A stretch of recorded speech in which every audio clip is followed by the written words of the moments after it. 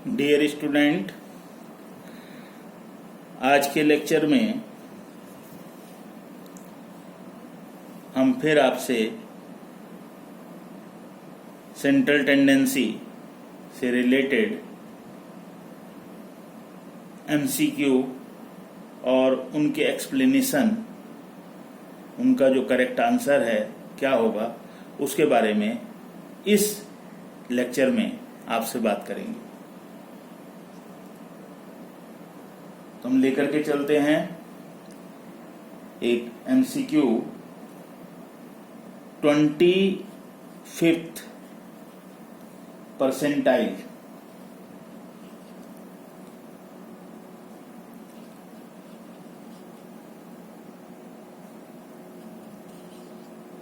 Twenty-fifth percentile is A Q1 B D2 C Q3 and D QN1। 25th percentile. 25th percentile का मतलब हुआ 25%, क्योंकि percentile का मतलब होता है शतमक, जो डिनोट किया जाता है 100 से। तो 25th परसेंटाइल हो गया 25% या 25th। Q1 क्वार्टाइल 1, किसी भी चीज को यदि हम 4 भागों में बांट देते हैं, इक्वल 4 पार्ट्स में, और उसकी किसी एक वैल्यू को यदि हम कैलकुलेट करते हैं तो वो Q1 कहलाता है। 3 वैल्यू को कैलकुलेट करते हैं तो उसको हम क्वार्टाइल 3 कहते हैं। तो ये जो Q1 है ये 1/4 पार्ट को डिनोट कर रहा है, और ये जो डिनोट कर रहा है ये 3/4 पार्ट को कर रहा है।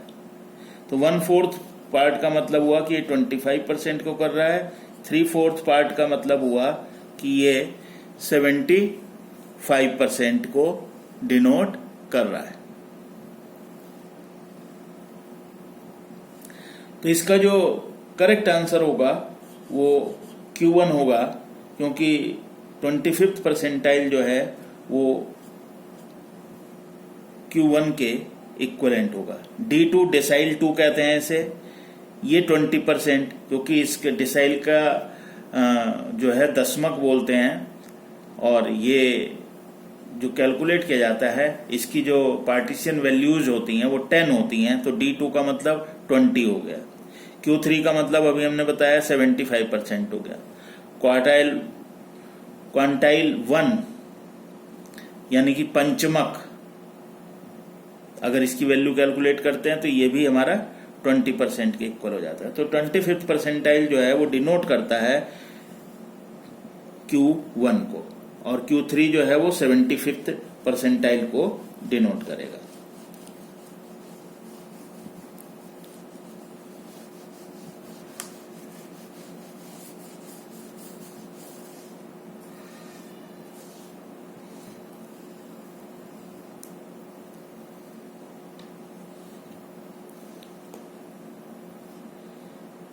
नेक्स्ट ले लेते हैं इसी तरह से 20th percentile.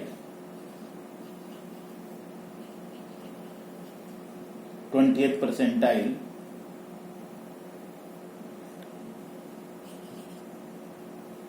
Is 20th percentile क्या होगा? A Q1 B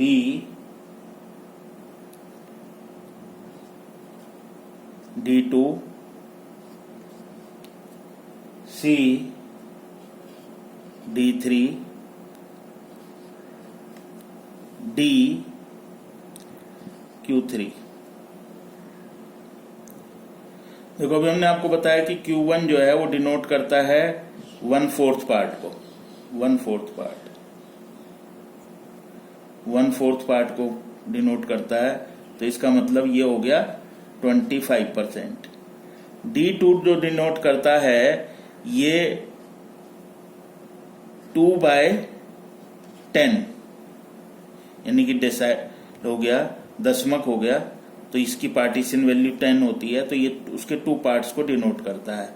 अगर हम इसको 100 से करें तो ये इज इक्वल टू आ जाएगा 20। D3 इसी तरह से डिनोट करेगा 3/10 इंटू 100, तो ये 30 को डिनोट करेगा। और क्वार्टाइल जो डिनोट करता है वो 3/4 को करता है इंटू 100, तो ये अभी 75 को डिनोट करेगा। तो हमारे से जो पूछा गया है 20th परसेंटाइल यानी कि 20%, तो 20% जो डिनोट कर रहा है वो D2 होगा, 20th percentile D2।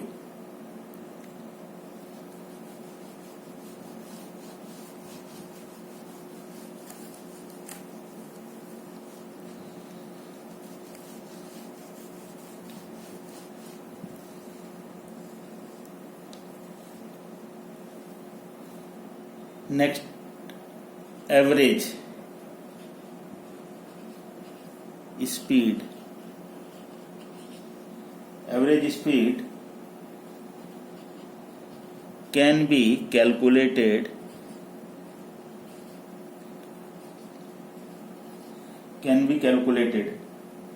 by A x bar, B Z, C median, D H M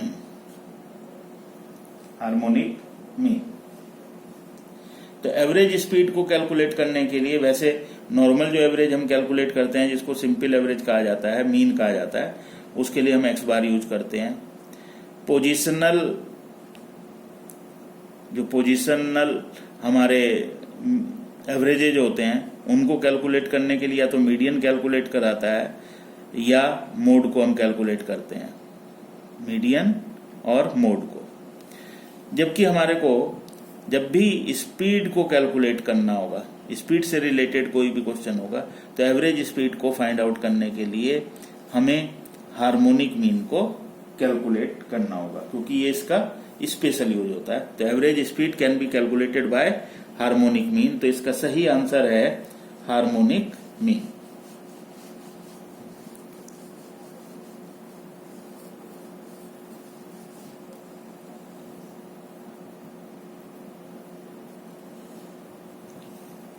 geometric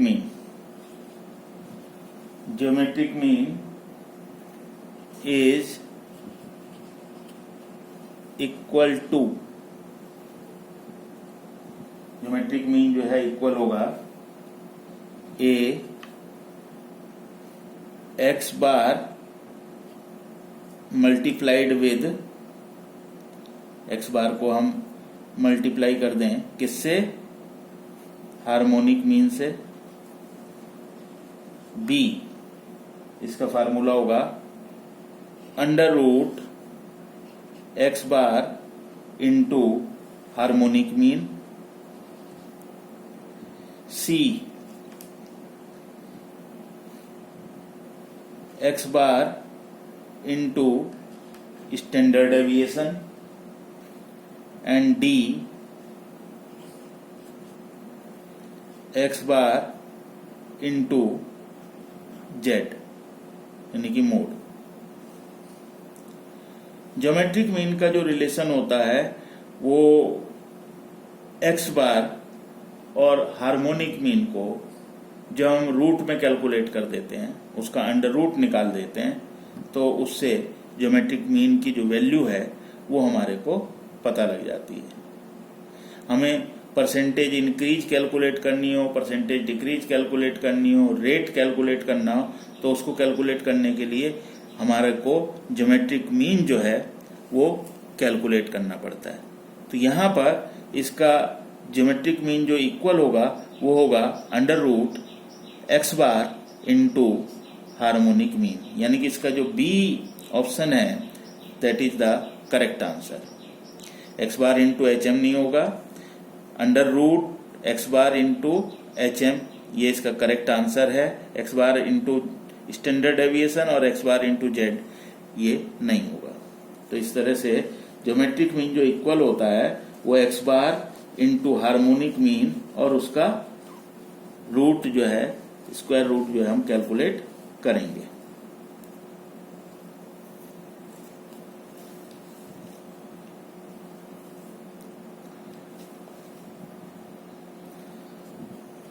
The geometric mean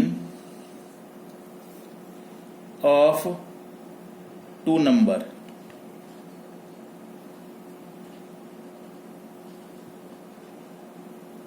numbers 8 and 18 shall be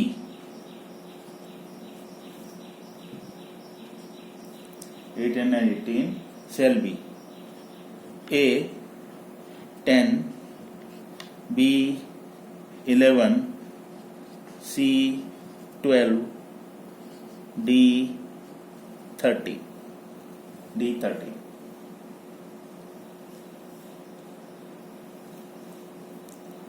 The geometric mean of two numbers 8 and 18 shall be।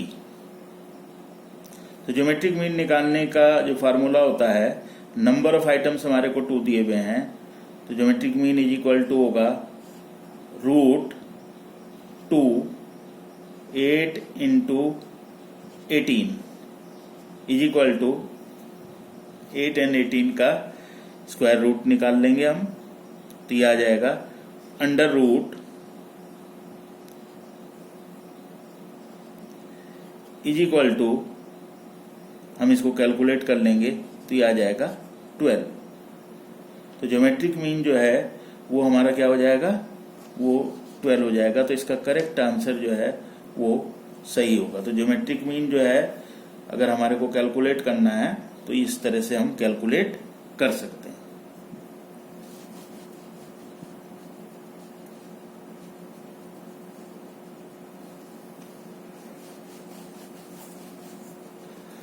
इसी तरह से अगर मान लिया जाता है कि geometric mean हमारे को कैलकुलेट करना है और हमारे को और ज्यादा नंबर्स जो हैं गिवन है, तो कैसे करेंगे, ज्योमेट्रिक मीन ऑफ, अगर हमारे को जो नंबर्स दिए हुए हैं, geometric mean of 5 numbers that is 4, 8, 16, 32 and 64 is, अगर हम इनको हमारे को जो है कैलकुलेट करना है कि इसका ज्योमेट्रिक मीन क्या होगा। ए हमारे को गिवन है 8, बी गिवन है 16, सी गिवन है 32 एंड डी गिवन है 64। ये 64 ये हमारे को कैलकुलेट करना है कि ज्योमेट्रिक मीन क्या होगा। तो जीएम इज इक्वल टू हो जाएगा अंडर रूट, हमारे को नंबर ऑफ आइटम्स दिए 1 2 3 5 1 2 3 4 5 रूट हमारे को कैलकुलेट करना होगा। 4 इंटू 8 इंटू 16 इंटू 32 इंटू 64, इसका जो 5 रूट है दैट विल बी कैलकुलेटेड, उसको हम कैलकुलेट करेंगे। तो देखें इसको कैलकुलेट करके क्या आएगा, जीएम ज्योमेट्रिक मीन इसका 5 रूट कैलकुलेट करके आ जाएगा। क्योंकि कैलकुलेटर आपको अलाउड है तो कैलकुलेटर से इसको मल्टीप्लाई कर लीजिएगा और उसका 5 रूट जो है वो आप कैलकुलेट कर सकते हैं। तो जीएम इज इक्वल टू आ जाएगा आपका 16 16।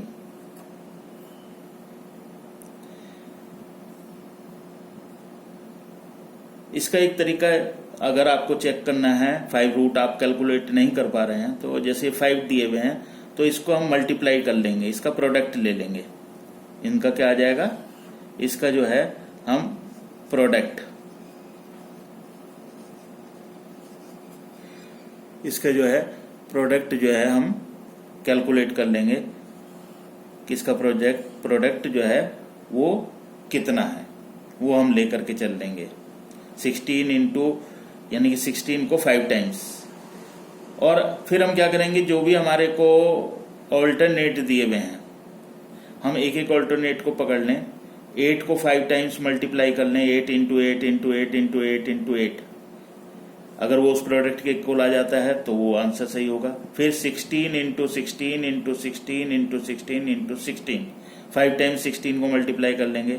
यदि उसका प्रोडक्ट, उसका जो मल्टीप्लिकेशन है वो उस प्रोडक्ट के इक्वलेंट आ जाती है तो वो आपका आंसर हो जाएगा। 32 को 5 टाइम्स कर लेते हैं, अगर वो प्रोडक्ट के इक्वल आ जाता है तो वो आपका आंसर होगा। ऐसे 64 को 5 टाइम्स कर लेते हैं, वो यदि उस प्रोडक्ट के इक्वल आ जाता है तो वो आपका आंसर होगा। लेकिन यहाँ पर जो प्रोडक्ट आप करेंगे, जो इनको मल्टीप्लाई करेंगे और 16 को 5 टाइम्स मल्टीप्लाई कर लेंगे तो वो उसके इक्वल आएगा, ये इसके इक्वल आएगा 16 के। 16 को 5 टाइम्स यानी कि 16 इंटू 16 इंटू 16 इंटू 16 इंटू 16, ये इसके प्रोडक्ट के इक्वल आएगा। तो इसका मतलब आपका ये जो आंसर है ये बी अल्टरनेटिव जो है सही है। अगर 4 आइटम्स दिए हुए थे तो 4 बार मल्टीप्लाई कर लीजिएगा, 3 आइटम्स दिए हुए तो 3 बाई मल्टीप्लाई कर लीजिए। तो इस तरह से ज्योमेट्रिक मीन को जो है कि ये मैंने एक थोड़ा सा इजी वे आपको बता दिया है कि तो आप किस तरह से इसको कैलकुलेट कर सकते हैं। तो इसका जो बी है, बी ऑप्शन जो है इसका वो करेक्ट ऑप्शन है। तो इस तरह से ये ज्योमेट्रिक मीन को जो है आप कैलकुलेट कर सकते हैं यदि इस तरह से आपको एमसीक्यू में गिवन है। इसी तरह से यदि आप देख सकते हैं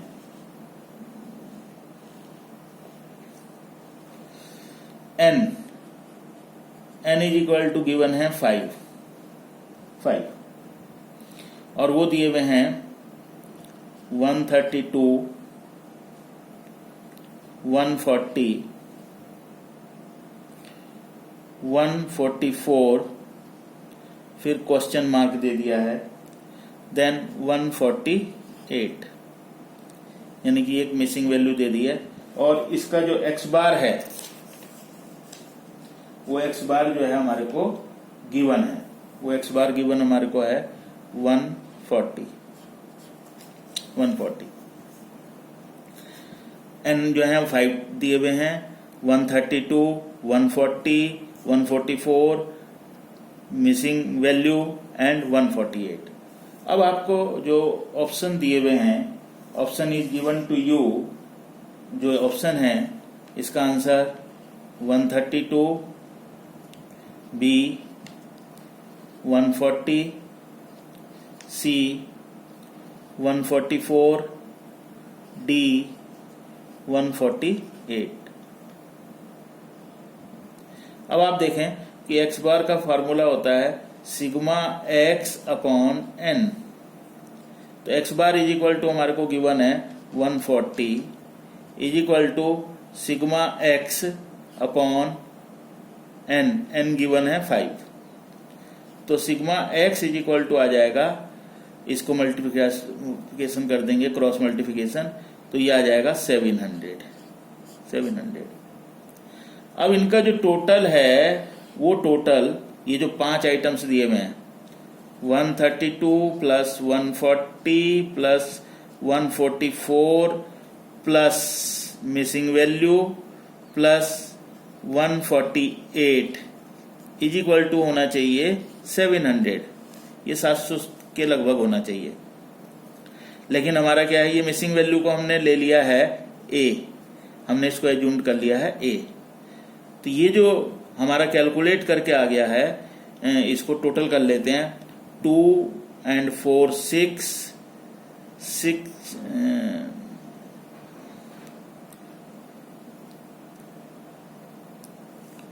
2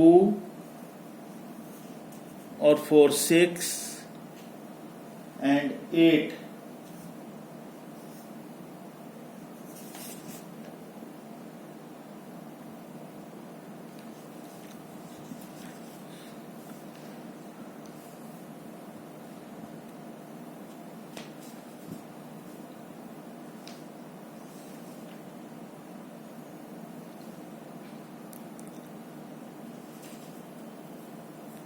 इसका टोटल कर लेते हैं।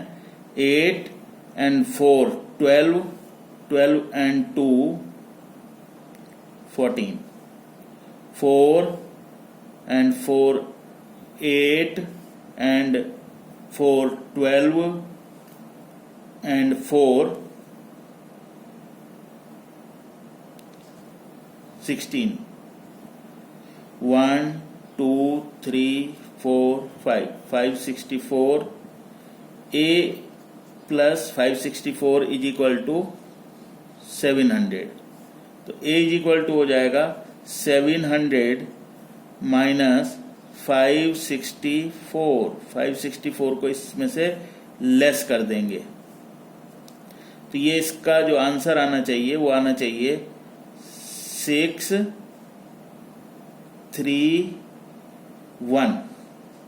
136। इसका जो आंसर आना चाहिए वो आना चाहिए 136। यहाँ ऑप्शन में ये 132 नहीं है, ये बल्कि 136 है। तो इसका जो करेक्ट आंसर आया वो 136 आना चाहिए। तो इसका जो ऑप्शन ए है वो करेक्ट होगा। हमारे को 5 आइटम्स दिए हुए थे, 5 आइटम थे, 5 items 132, 140, 144 and 148 and 1 is the missing, एक मिसिंग था। तो यहां पर आप देखें एक्स बार हमारे को 140 गिवन है, 140 गिवन है। तो यहां एक्स बार का जो फार्मूला होता है वो होता है sigma x upon N, 140 upon 1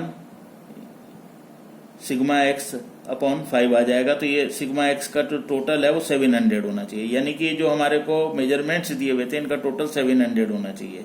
और उसमें से जितना कम आ रहा है वो उसकी मिसिंग वैल्यू जो है उसको डिनोट करेगा।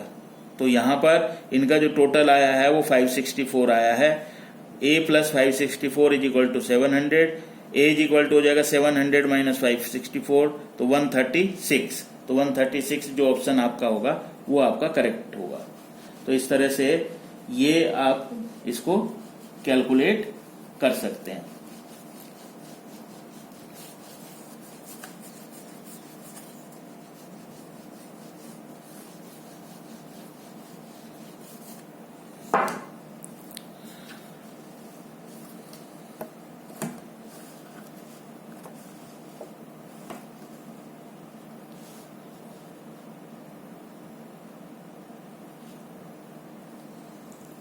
Next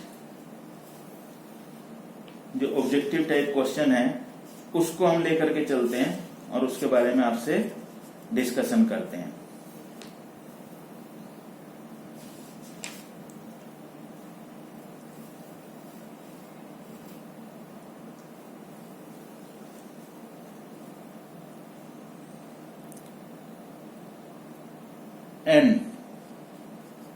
n is equal to दिए हुए हैं 15 स्टूडेंट, 15 स्टूडेंट्स। फिर आगे इंफॉर्मेशन है 5 students are failed, 5 student fail हो गए। Marks of 10 student are as under. Marks जो हैं वो 10 स्टूडेंट्स के इस तरह से दिए हुए हैं। मार्क्स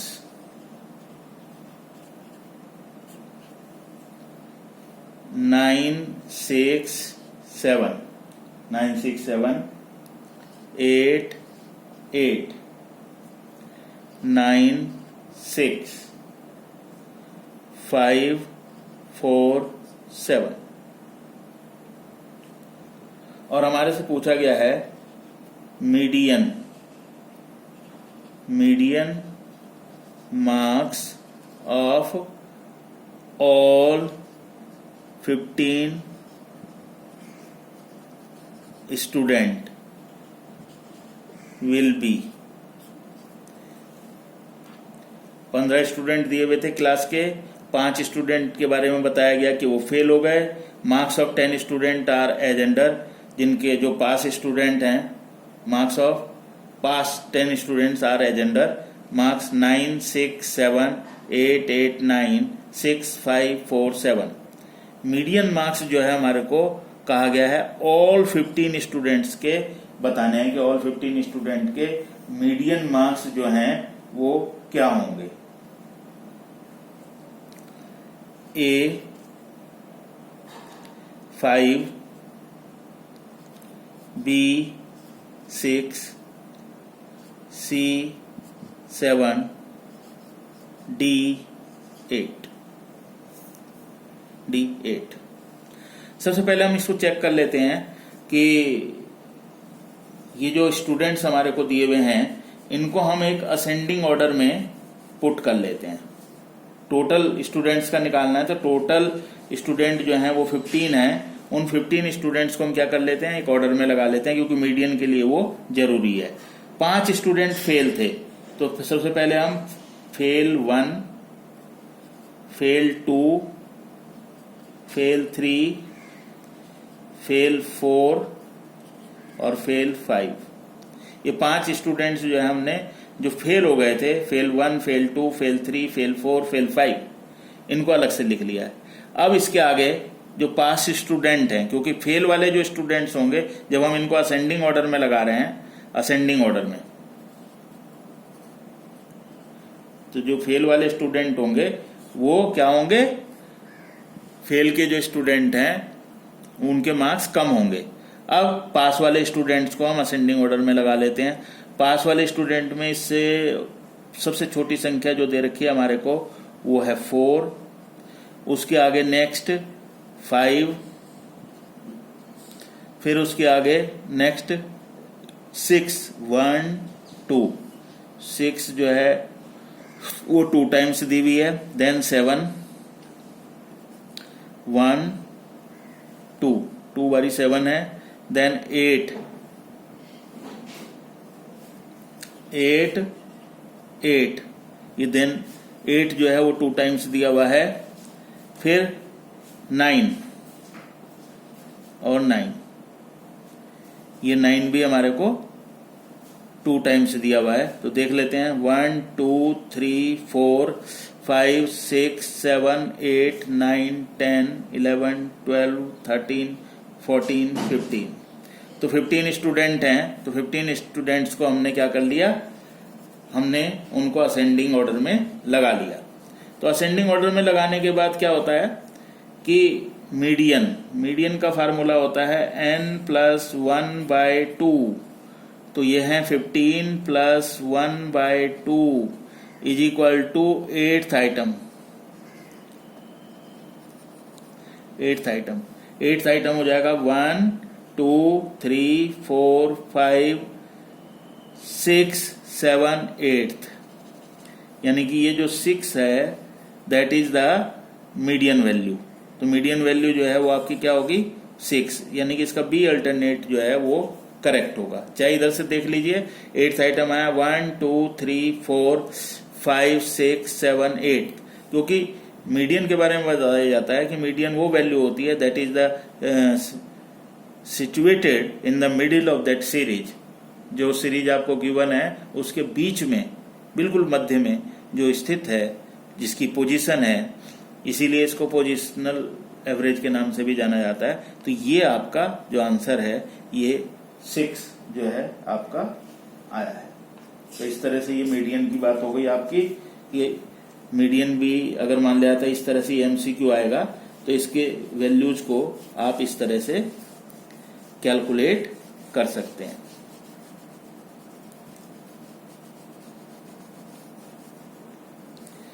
एक और एमसीक्यू को लेकर के चलते हैं।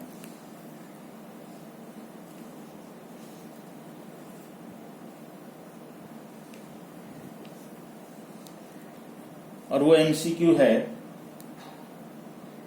ऑब्जर्वेशन दिए हुए हमारे को, एक्स दिए हुए हैं, एक्स 2 8 18 18 24 18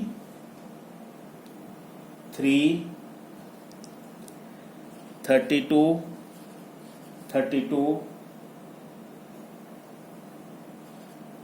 32 एंड 18। ये हमारे को एन कितने हैं, 1 2 3 4 5 6 7 8 9 10 11। ये हमारे को एन जो है वो 11 दिए हुए हैं। मोड विल बी, मोड होगा A 18, B 32, C 24 and D 'D' जो वैल्यू है उसकी 8। तो मोड जिसको कि आप जेड से डिनोट करते हैं, तो वो होता है जो मैक्सिमम टाइम रिपीट हुआ हो। तो हम देखते हैं 18 कितनी टाइम्स रिपीट हुआ है, देखते हैं 1 2 3 4, 18 रिपीट हुआ है 4 टाइम्स। 32 1 2 3, 32 3 टाइम्स रिपीट हुआ है। 24 1 टाइम रिपीट हुआ है। 8 1, ये भी 1 टाइम रिपीट हुआ है। तो यानी कि जेड जो होगा, जो मैक्सिमम टाइम जिसकी फ्रीक्वेंसी, जिस मेजरमेंट की फ्रीक्वेंसी ज़्यादा है, तो यहाँ 18 4 टाइम्स रिपीट हुआ है, उसकी फ्रीक्वेंसी 4 है, तो जेड इज इक्वल टू 18 होगा। तो यानी इसका ए ऑप्शन जो है वो करेक्ट ऑप्शन है, ये इसका करेक्ट ऑप्शन है। तो इस तरह से सेंट्रल टेंडेंसी से रिलेटेड कुछ और एमसीक्यू जो है आज के लेक्चर में हमने आपको बताए, इनको और इनकी प्रैक्टिस करिएगा, इनको देखिएगा। कल हम एक नए लेक्चर में आपको और जो एमसीक्यूज हैं उनके बारे में डिस्कस करेंगे, एक्सप्लेन करेंगे। तब तक आप इनको कीजिएगा। कृष्ण जन्माष्टमी की आपको बहुत बहुत बधाई, शुभकामनाएं। परिवार के साथ बड़ी ही खुशी से, हर्षोल्लास से आप कृष्ण जन्माष्टमी का ये जो उत्सव है इसको मनाएं। अपना और अपने परिवार का ख्याल रखें। Take care of yourself. आपसे कल फिर मुलाकात होगी एक नए लेक्चर में, फिर एमसीक्यू के बारे में डिस्कशन करेंगे। तब तक आप इनकी प्रैक्टिस कीजिएगा।